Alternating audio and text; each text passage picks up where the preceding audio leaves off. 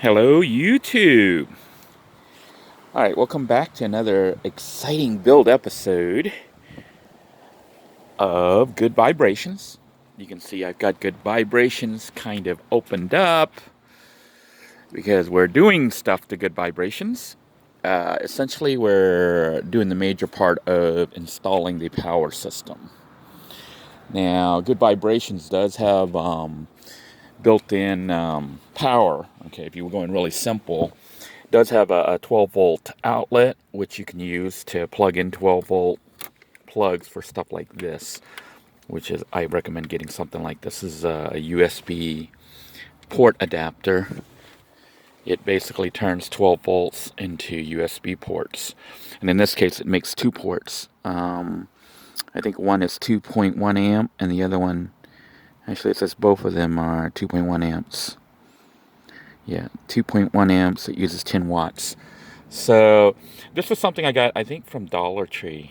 You can get something like this from Dollar Tree. It has two ports. If not from Dollar Tree, I think I got it from Five Below or something. But it was under $5, probably $1.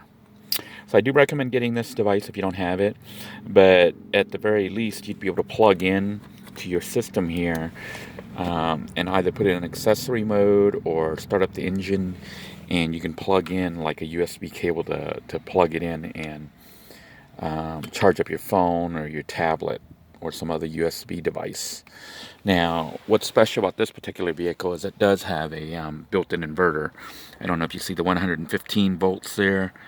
That is an inverter that converts 12 volts to 115 volts. But it only outputs up to 100 watts.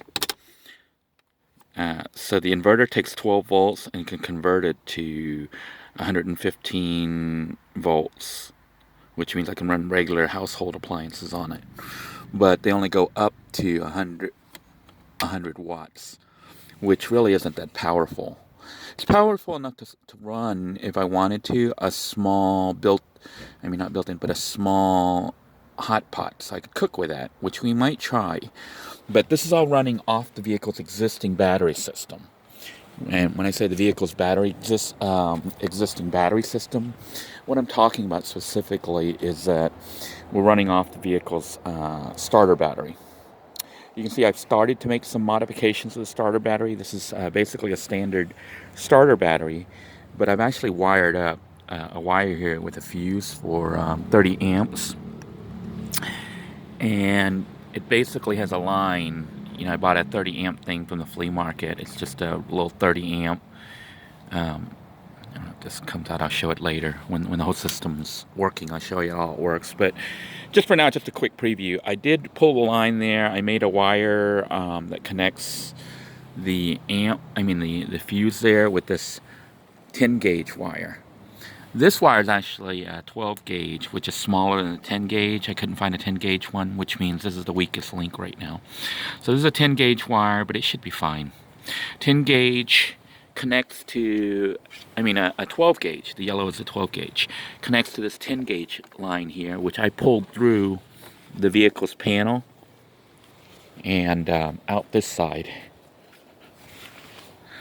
So you can see I pulled it through there and just ran it along here and tucked it through here, through the car, underneath this rubber thing.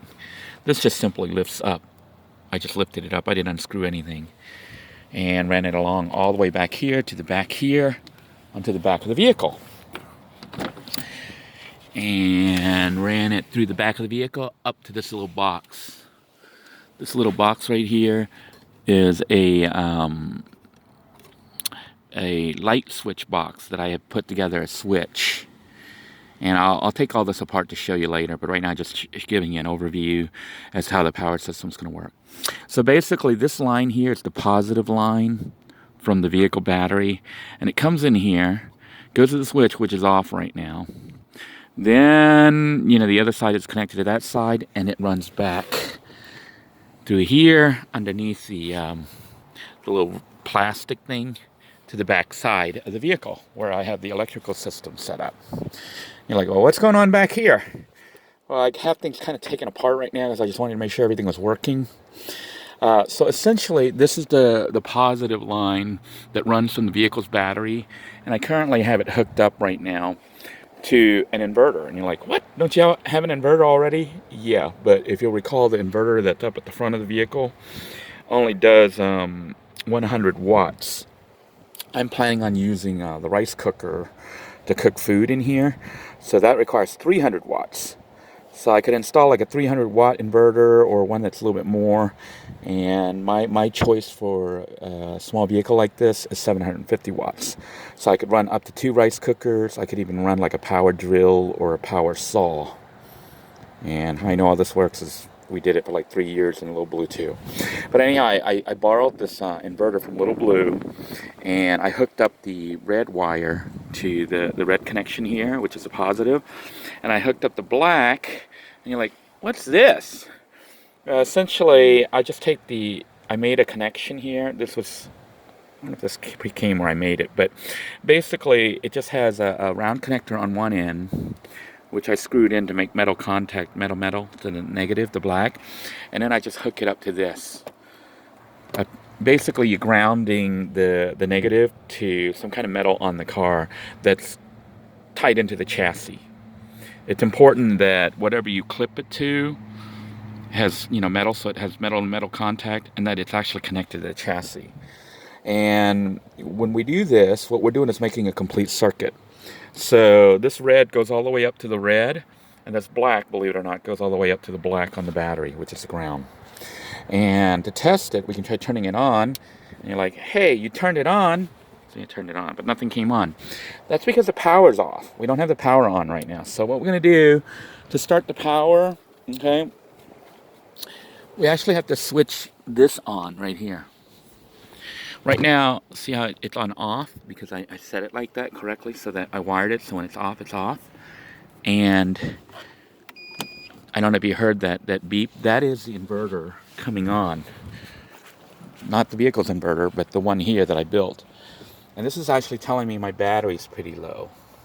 My battery only is at 12.4 volts. That's how much power is making it back here, which is actually kind of low. So I probably need to crank up my battery. Like right now it says 12.4, so that's extremely low. It should be 12.8 is like fully charged. So that means this vehicle's battery, if it's not holding a good charge, it's only holding 12.4, which means it's weaker than a full battery. So it might be time to replace the battery soon. So right now, the vehicle battery system right here, this car right here, I may have to replace this battery soon. I want to take a look and see how old it is. I can't really see a date on it. Still works for now, but knowing that it's not at 12.8, even though I just drove this a day or two ago, it's at 12.4, it tells me this battery might be a little bit on the weak side. Of course, it could be my wiring could be losing some power before it goes back there. But I do know that when I start this up, okay, what I'm going to do for now is I'm going to go ahead and start it up. And when I start it up, you should see the power level go up. So I'm going to start up the vehicle. Okay, vehicle's been started up. So what's happening at this point right now, this is our connection where we were pulling the power from. But the vehicle has started up, and the alternator here is spinning and generating electricity and sending it to the battery. So this battery right now is charging back up. But while it's charging, it's also sending power, remember our connection here, through this cable, all the way through the back, through the switch, which we still have on, okay? And now when we come to look back here, notice it says like 13.7. So the power now is more than, remember it was like 12.4, 12.5, which is low. Should be 12.8. But it says 13.7, 13.6. It's climbing up. That means that the vehicle battery is charging up right now. And honestly, right now, if I wanted to, I could hook in a rice cooker, plug it into this unit right here, into the 115 volts, and I could actually start cooking. So I have 120 volts, I could run a drill, I could run an inverter, and I can actually cook food and whatnot. So this would be at the simplest level. I could mount this back here somehow, like, you know, I can even leave it sitting here if I wanted to. Because if this is a temporary arrangement, I might just let it sit, or I might get a board and lay it like a false floor here and bolt things down on that board, you know, just to like a little cabinet or something here. So at the very basic level right now, if I wanted to, I have the ability to like cook rice and whatnot in it. Now this says 12.7 again, which means it's not charging. So something is wrong. So I jumped back down to 12.5, 12.4. So somehow the system is not sending any more power. So there is something wrong. There may be a loose connection or something, so I'm going to have to look into that.